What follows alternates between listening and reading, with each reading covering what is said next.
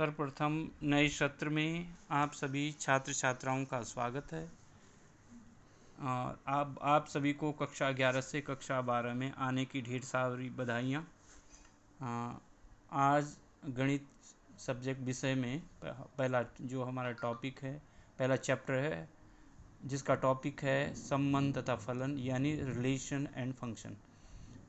अब इसमें संबंध क्या चीज़ होता है?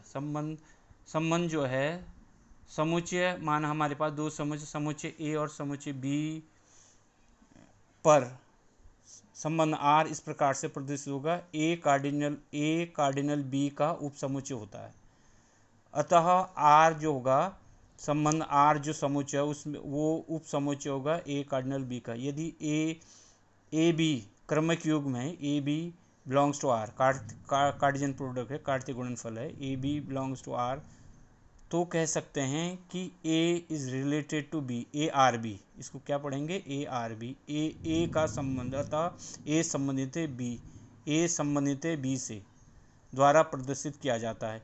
यदि a b not belongs to R, समुच्चय आर में नहीं है, ए कार्डिनल बी समुच्चय आर में नहीं है, तो हम इसको लिखेंगे a R is not related to B.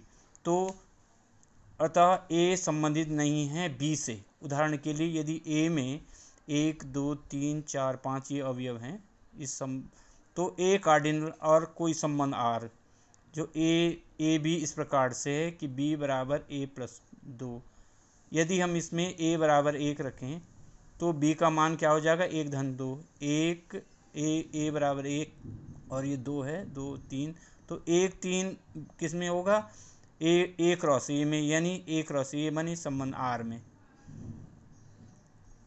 यदि समुच्चय ए में एम माना दो समुच्चय हमारे पास हों जिनमें एम सदस्य हों और बी में एन सदस्य हों, अवयवों की संख्या एन हो, तो ए कार्डिनल बी में कार्तीय गुणनफल कक्षा 11 में बताया गया था कि ए बी का कार्डिनल फलन क्या होता है। अभी आगे भी आपको समझाएंगे।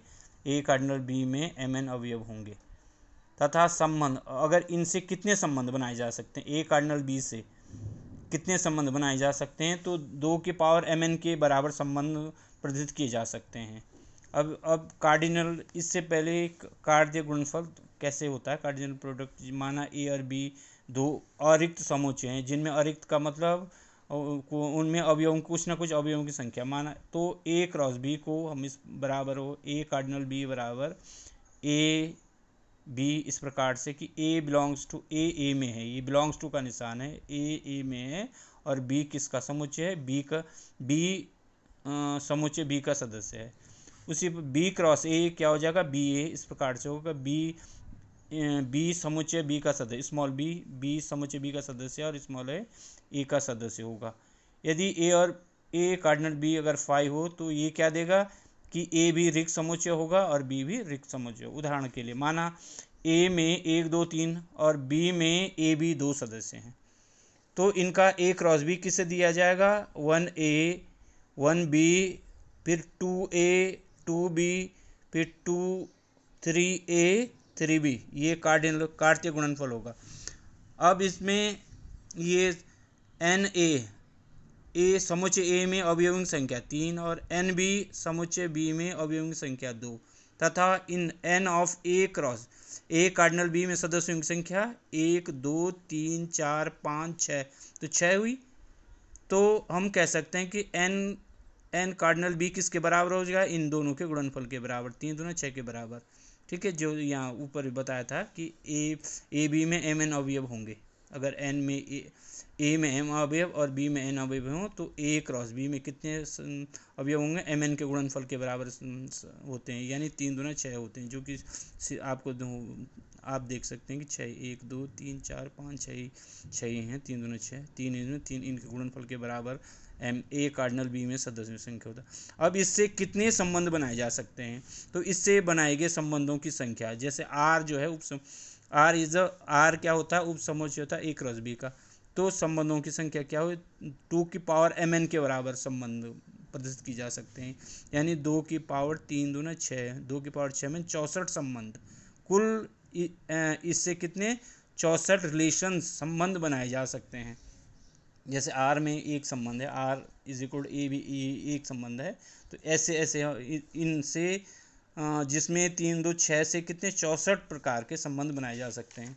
नेक्स्ट अगला है प्रांत, यानी इसका आर का प्रांत क्या होगा। प्रांत डोमेन भी जिसे कहते हैं प्रांत या डोमेन की परिभाषा। यदि आर समुच्चय ए से समुच्चय बी पर संबंधित प्रदर्शित करता, अर्थात ए आर बी, इसको क्या है आर क्या संबंध है समुच्चय ए से संबंध, इसको कैसे प्रदर्शित ए आर बी से प्रदर्शित, इसको ए आर बी का मतलब ये होगा कि आर से समुच्चय ए से समुच्चय बी पर कोई संबंध है।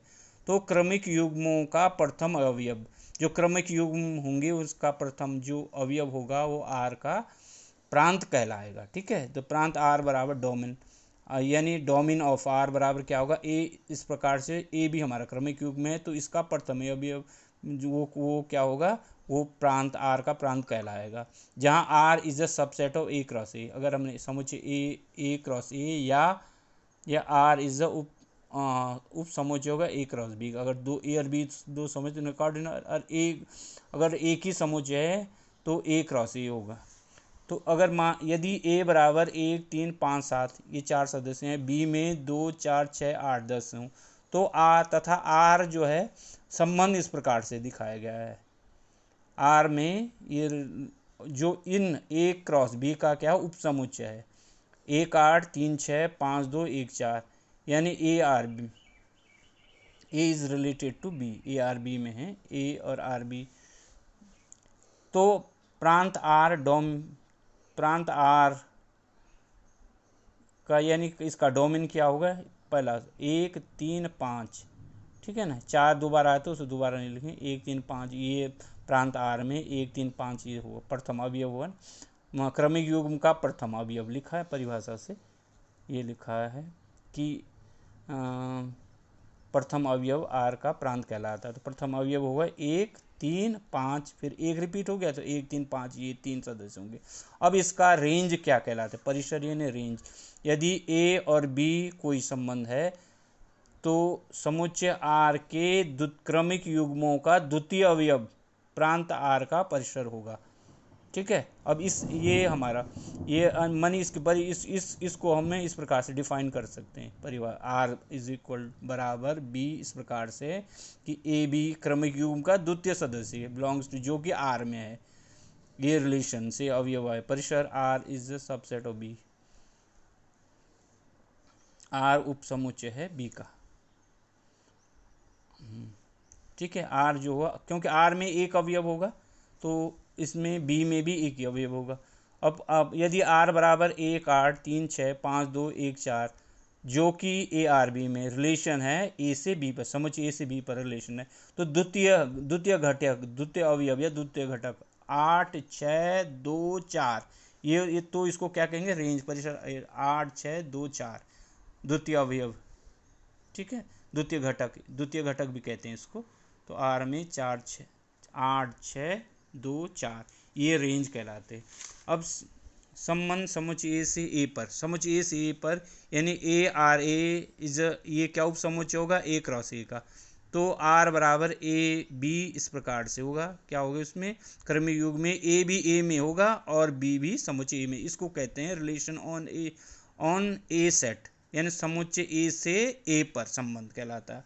अब इसका व्युत्क्रम संबंध यानी इन्वर्स रिलेशन किसे कहेंगे, कि आर का इन्वर्स व्युत्क्रम संबंध, इन्वर्स जो होता है जैसे 1/, होता है वैसी, यदि ए और बी कोई संबंध है, ए आर बी ए से बी पर कोई संबंध है, आर कोई संबंध है, इसको क्या ए आर बी इसको क्या पढ़ते हैं कि आर कोई संबंध है समुच्चय ए से समुच्चय बी पर। अभी तो कई बार रिपीट हो गया है इस चीज़ को, इसलिए इसको हम क्या डिफाइन, ए आर बी का क्या मतलब हुआ कि संबंध है समुच्चय ए से समुच्चय बी पर। आर इस प्रकार से जिसमें ए बी क्रमिक युग्म इस प्रकार से कि ए किस समुच्चय का है, समुच्चय ए से, और ये बी किस से, समुच्चय बी से। तो आर इनवर्स क्या, आर इनवर्स किस पर इस प्रकार डिफाइन करेंगे, बी ए, जो इस प्रकार से होगा बी समुच्चय स्मॉल बी समुच्चय बी का सदस्य तथा स्मॉल ए का सदस्य।